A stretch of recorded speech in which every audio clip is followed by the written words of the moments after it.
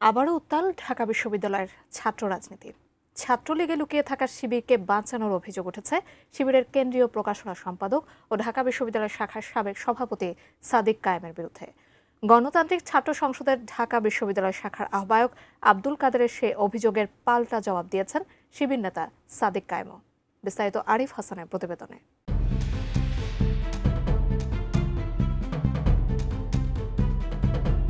ছাত্রলীগে লুকিয়ে থাকা শিবির কর্মীদের রক্ষা করার অভিযোগ তুলেছেন গণতান্ত্রিক ছাত্র সংসদের ঢাকা বিশ্ববিদ্যালয় শাখার আহ্বায়ক আব্দুল কাদের। তিনি সরাসরি শিবিরের কেন্দ্রীয় প্রকাশনা সম্পাদক ও ঢাকা বিশ্ববিদ্যালয় শাখার সাবেক সভাপতি সাদিক কায়েম সহ অন্যান্য নেতাদের দায়ী করেন। রবিবার রাত ৯টার দিকে ফেসবুকে দেওয়া একটি বিস্ফোরক পোস্টে আব্দুল কাদের দাবি করেন, হলে থাকা কিছু শিবির কর্মী আত্মপরিচয়ের সংকটে পড়ে নিজেদের ছাত্রলীগের প্রতি অতিমাত্রায় উৎসর্গ করে তোলে। এদের কেউ কেউ শিবির পরিচয় লুকিয়ে ছাত্রলীগে বড় পদ পেয়ে ক্যাম্পাসে ভয়ঙ্কর নিপীড়ক ও নির্যাতকে পরিণত হয়। তিনি অভিযোগ করেন, এই গুপ্ত শিবির কর্মীদের অনেককে শিবিরের কেন্দ্রীয় নেতারা রক্ষা করার জন্য তদবির করেছেন। ৫ আগস্ট পরবর্তী সময়ে ছাত্রলীগের নিপীড়ন ও হামলায় অভিযুক্তদের বিরুদ্ধে মামলা প্রক্রিয়ায় সাদিক কায়েম নিজে ফোনে বা সরাসরি যোগাযোগ করে কিছু ব্যক্তির নাম মামলার তালিকা থেকে বাদ দিতে তদবির করেন। তিনি আরও বলেন, সাদিক কায়েম যে ব্যক্তিদের নাম বাদ দিতে চেয়েছেন তাদের মধ্যেই কেউ কেউ সরাসরি স্বীকার করেছে যে তারা শিবির করেন। এমনকি সাদিক নিজেও আরমান হোসেন ও মাহিন সরকারের সঙ্গে দেখা করে কিছু নাম মামলার তালিকা থেকে বাদ দেওয়ার জন্য সুপারিশ করেছেন।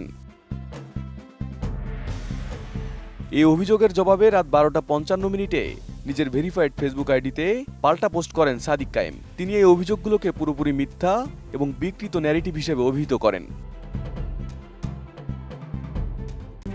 RICL TMX, যুগের পর যুগ স্থাপনা থাকে মজবুত। সাদিক বলেন, বিপ্লব পরবর্তী সময় দুটি মূল চ্যালেঞ্জ ছিল, একদিকে অপরাধীদের বিচার, অন্যদিকে নিরপরাধ কাউকে হয়রানি না করা। অনেকে জানিয়েছিলেন যে তারা ছাত্রলীগে যুক্ত থাকলেও কোনো অপরাধ করেননি এবং ব্যক্তিগত আক্রোশে তাদের নামে মামলা হচ্ছে। এসব বিষয় যাচাই করার জন্য তথ্য সংশ্লিষ্ট স্টেক হোল্ডারদের কাছে ফরওয়ার্ড করেছি। উদ্দেশ্য ছিল সত্যতা যাচাই, কাউকে বাঁচানো নয়। সাদিক কায়েম বলেন, যাদের নাম স্ক্রিনশটে আছে তারা কেউই শিবিরের কেউ না। ৫ আগস্টের পর থেকে তারা শিবিরের কোনো পদ বা কর্মসূচিতে ছিলেন না। সাইদি নামের এক ছাত্রলীগ নেতাকে মামলা থেকে বাঁচাতে ফোন করার অভিযোগ প্রসঙ্গে সাদিক বলেন, এই অভিযোগও মিথ্যা। আমি সাইদিকে চিনি না। এমনকি মামলার পরে কারো কোনো ফেসবুক পোস্টে তাকে নিয়ে আমি ফোন দেইনি। ফোন দিলে মামলার আগেই দিতাম। ২০২৩ সালের ২২ জানুয়ারি বিজয় ৭১ হলে শাহরিয়াত নামের এক শিক্ষার্থীকে মারধরের ঘটনায় মাজিদুর রহমান, মুসাদ্দিক বিল্লাহ, আফজালুন নাইম, ইলিয়াস হোসেন সহ একাধিক ছাত্রলীগ নেতার বিরুদ্ধে গুরুতর অভিযোগ ওঠে। আব্দুল কাদের দাবি করেন, এদের অনেকে আগে শিবির করতেন এবং পরে ছাত্রলীগে যুক্ত হয়ে গেস্ট রুম নির্যাতন সহ নানা সহিংস কর্মকাণ্ডে লিপ্ত হন।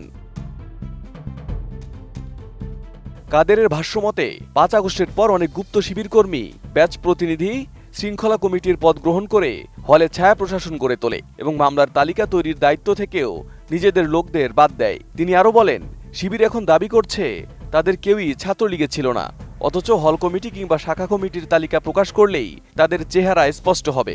কাদের প্রশ্ন তোলেন, তাহলে কারা এখন কমিটি গোপন করছে?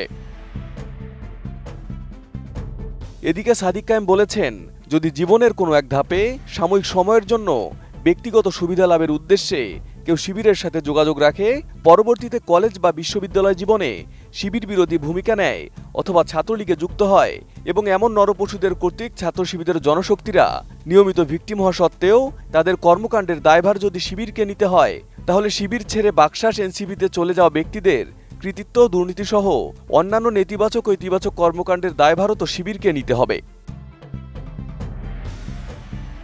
Arif Hasan, ATN news.